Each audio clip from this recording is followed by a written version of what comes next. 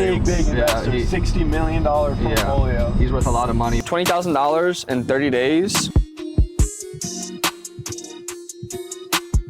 For the past 30 days, right now what we have in dispo, we have $68,500 locked in our dispo. That's what we're making in 30 days time. The deals that we're going to right now, it's a $15,000 deal that's pending. That's a sub 2 deal. We're gonna go over sub 2 stuff that it's super lucrative, not too many people know about it. A good amount of people know about it. A good amount of people know, but they don't know. Like the average person doesn't know what a sub 2 is. Yeah, I guess that's fair. Yeah, they don't. That's a $15,000 deal, the one we're gonna go to now. The one on a street called Cheyenne, that's a $17,500 deal. And then there's one more sub 2 on the street called Bell Avenue, and that's also an $8,000 sub 2 deal, which is phenomenal. Who's been buying all the sub 2s again? We have a guy, his name is Gabriel, and he loves sub 2 deals. He gets his cash in quickly. Because he can't borrow from a regular bank. He'll like overpay on sub 2 deals that probably wouldn't be a deal for most investors, but because he can't get access to traditional lending, he's willing to overpay just because he'd rather be in a deal than no deal. So he's like our go-to for these sub 2s. And for him, it makes sense because like he's paying me on average, you know, a $10,000 assignment fee to get a sub 2 deal. But if you think about it,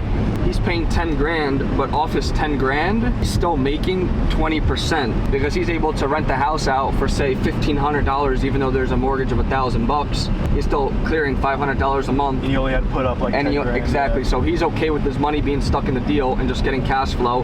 And that's his best way of buying. But he also buys other deals that we're gonna go to. It's on Lindy Avenue, and he's buying it for $18,000. But he has his own construction crew, so his cost is way lower than most people because of his crews, but he'll make pretty good money on that deal as well. But he's our best buyer for sub 2. And those are super lucrative, make a ton of money, and you're gonna cash flow right away. It's been nice watching him grow, because it's like, this guy used to just be like a contractor, if that. He was like a handyman. Yeah. But like, look, real estate's it's pretty much idiot proof. You just stick to it. Like Gabriel, 3 years ago, we never expected this guy to be an investor. Like he was working for all the investors we knew, and literally our biggest buyer right now is him, and it just because he just kept chipping away, kept buying. Yeah. And houses that he owns just outright, over 30 houses easily. That's not including any of the sub 2s. And hey, you know who gave him the majority of those houses? It was us. Well over 60% of them. And wholesalers get hate from both sides. They get hate by buyers that are like, why should the wholesaler make as much as me on my flip, or you know, make 20 grand off something to be a buy, hold, rental. Wholesalers are like the plug for deals. Like Gabriel's whole portfolio is built off of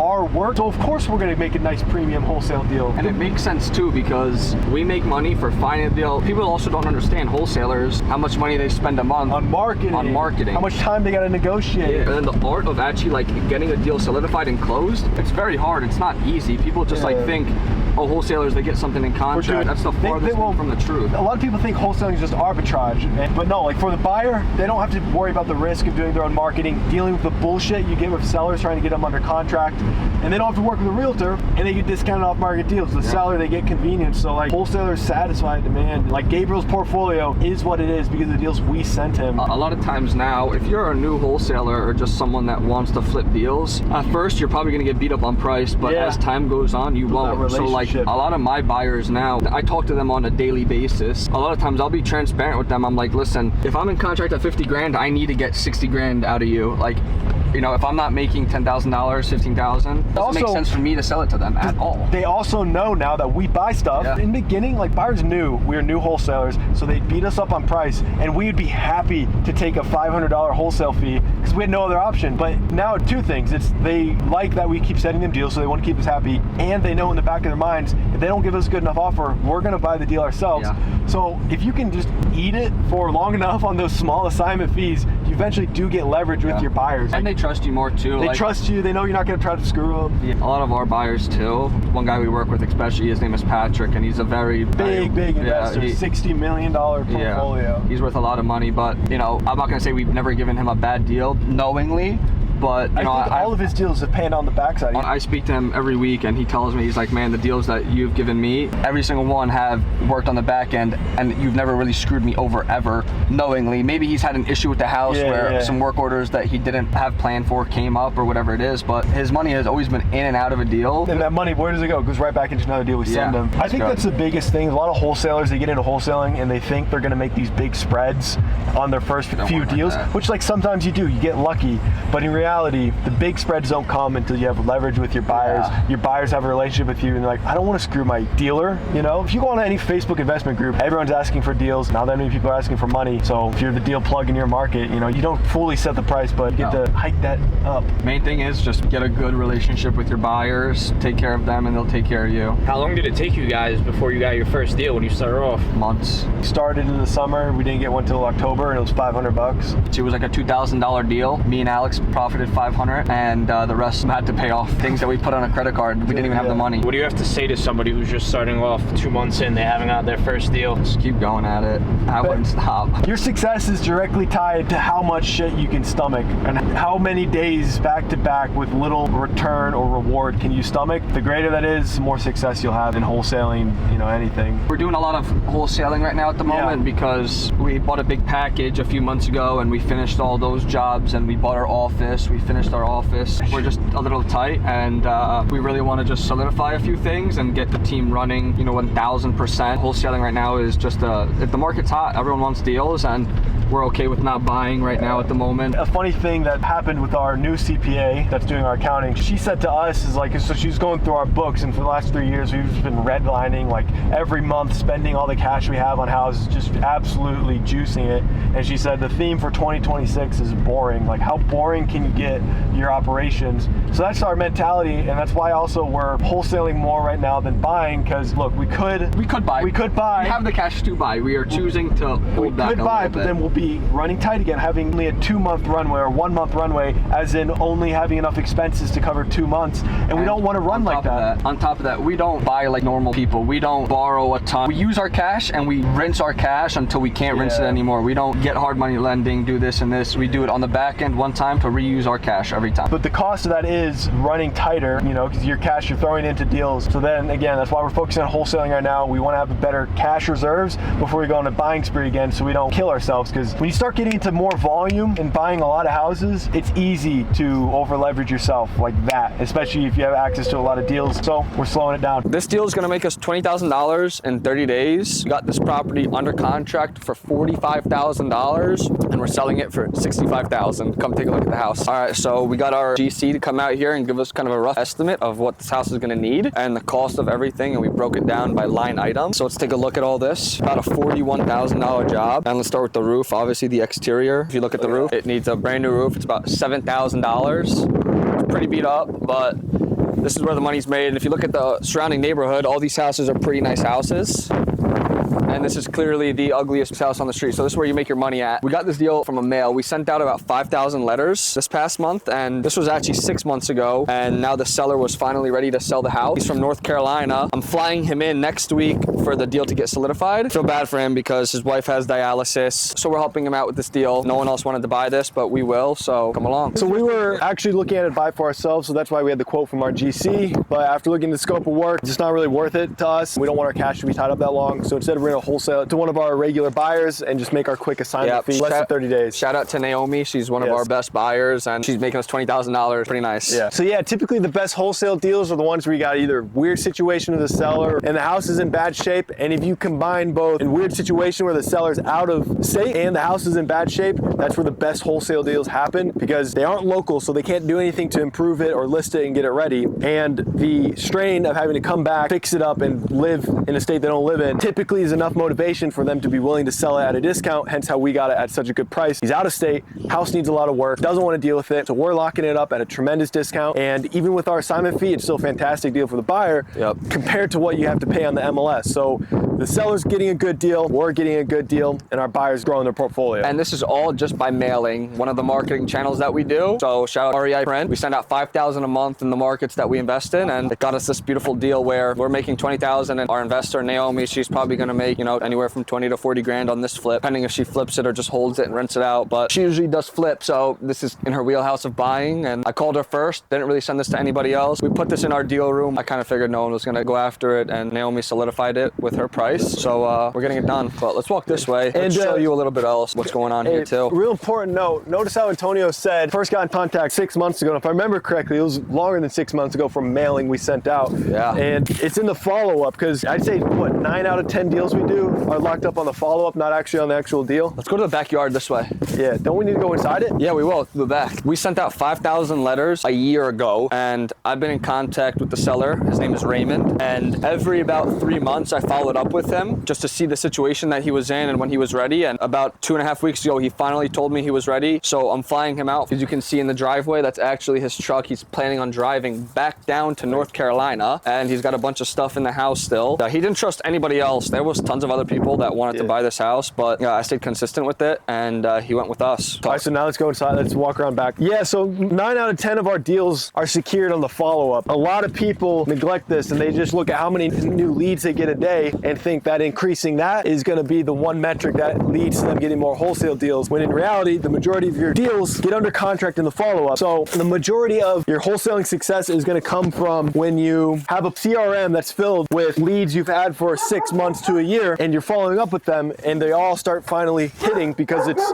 been enough time following up. So the money's made in the follow-up. Very rarely do we get a deal locked up when the lead comes in. So it almost doesn't matter how many new leads you get every day. If you're not following up with them, you're not going to be converting consistent wholesale deals. So it's all about the follow-up. That's where you get the relationship, and the timing is everything. Some people, it's just the timing's not ready. There's other variables. And so you want to be constantly in their mind, like on a drip, until they are ready. At their peak motivation, you're there. And the relationship's already built, so you get the price you need and it becomes easy. Yeah, I've dealt with situations where my price has been lower than a few other offers, but seller has chosen to come with us just because of the relationship that we've had. But look at the struggle that we're doing to get into this house. This is the type of houses that make great wholesale deals, though. These are the best investment deals, places like this. If we were buying this and we we're going to have to remodel, it could seem like an overwhelming project. You just break it down line by line. And dude, I don't even remember the last time I freaking walked the house. You start with trash out. Like the first thing we would do, and the first thing Naomi's going to do, she's going to trash this place out. Yeah. The trash out for this is going to be $3,000. It's on our scope of work, but so $3,000 to get all this trash out and that in the backyard, and then what you're left with is a shell. After the trash out is when you really can discover the true condition of the house. With how filled this place is, there could be some problems that are hidden 100%. By all the clutter. So after you do the trash out, typically there's going to be some adjustment in scope of work because some stuff is reviewed. You almost have to add an extra, 15% on top of your budget for unexpected things to come up, because when you're buying a house that's like this, like you don't know what you're going to find with this crap. Like there's probably freaking fleas all over here.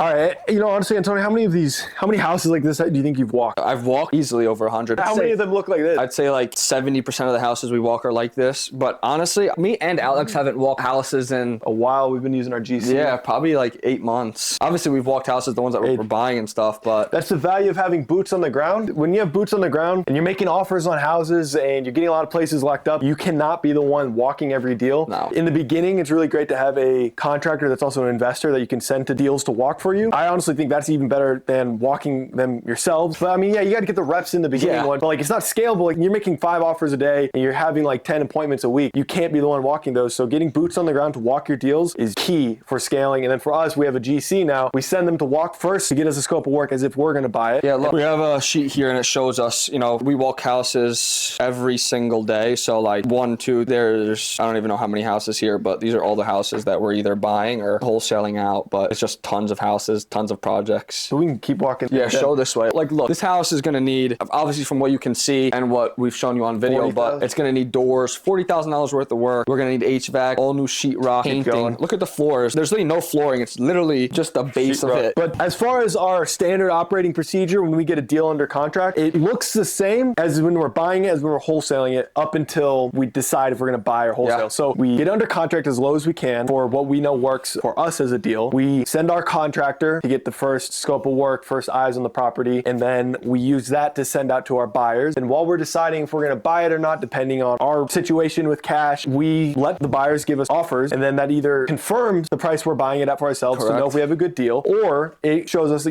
our other options for us. We could buy it and have it be a rental, or we can make this wholesale fee. But up until that point, it looks the exact same. Yeah. Every single time, deal under contract, sending the GC out, video, scope of work. So every deal we get a bid, and plus it gives us leverage with the buyers. We have our own bid by our own crew. They can't beat us up on price. Yeah. And most new wholesalers get beat up by their buyers because the buyer has a position of, I know more than you and you're not actually buying it. So we give them a bid because then there's nothing they can refute. in the very beginning too, when we were first wholesaling, like a house like this, right? If we weren't solidified people in our market or knew the investors that we work with, we'd get killed on price. We'd only make 5,000, maybe 10K off of this deal. But people know that we have the ability to buy this now, and that's how you can make bigger spreads. But like, take a look at this room, brother. Like, this is disgusting. But what are you talking about? He's got Kentucky bourbon. Hell yeah. Look at the top right shelf. Look at all that alcohol. Oh yeah, this man. Wait, there might be some top shelf liquor in here, brother. Yeah. What's his top shelf? He's got some lead slingers and blue line. I wonder if he was saving any of this for a special occasion and he just like never got to that occasion. Some of my favorite stuff, like bro, like how people left their house like whenever they moved out or whatever. Crazy. Also, the thing here, someone has definitely broken into this before. He has so many contacts with the fire department here and the police. Well, I'm glad he's not living here. I'm glad he's in North Carolina. He's in North Carolina. Yeah, he's probably much happier in North Carolina. I have no idea what the situation was he left. But you know what? Every transaction. Come look at this stuff over here too. Or no, not every. How many transactions are you literally being a family therapist? No, like, literally half the time. Like this guy, I'm literally flying him out from North Carolina to come back here because he still has some personal belongings, he said, that's in this house. He hasn't been here in a while, but from what he told me, he needs to come back here. So I'm flying him back out. He's gonna take that truck that's in the driveway, load it up, drive back down to North Carolina. So this is the type of people that we help. We help them. I don't know what person on the market or what realtor is gonna, have people to buy these houses, but we're doing God's work, I think. Well, that's the thing is like wholesalers get a lot of hate. I think both wholesalers and realtors are losing out on money by having beef with each other when they satisfy two completely separate demands in the marketplace. Wholesalers are going to be way more well suited for the trickier situations that are not ready to go houses in the MLS, and realtors should not be trying to help and waste their time on deals that are better for wholesalers. And I think if wholesalers and realtors would network more often, wholesalers could appropriately dish off the deals that are better fit for a realtor, and realtors could dish off deals that are better fit for a wholesaler. Yeah. Both of them make more money. Way more money. They satisfy different demands. It's not this or that. It's different needs in the marketplace for wholesalers and realtors. But one thing over here, sometimes cracks like this can be a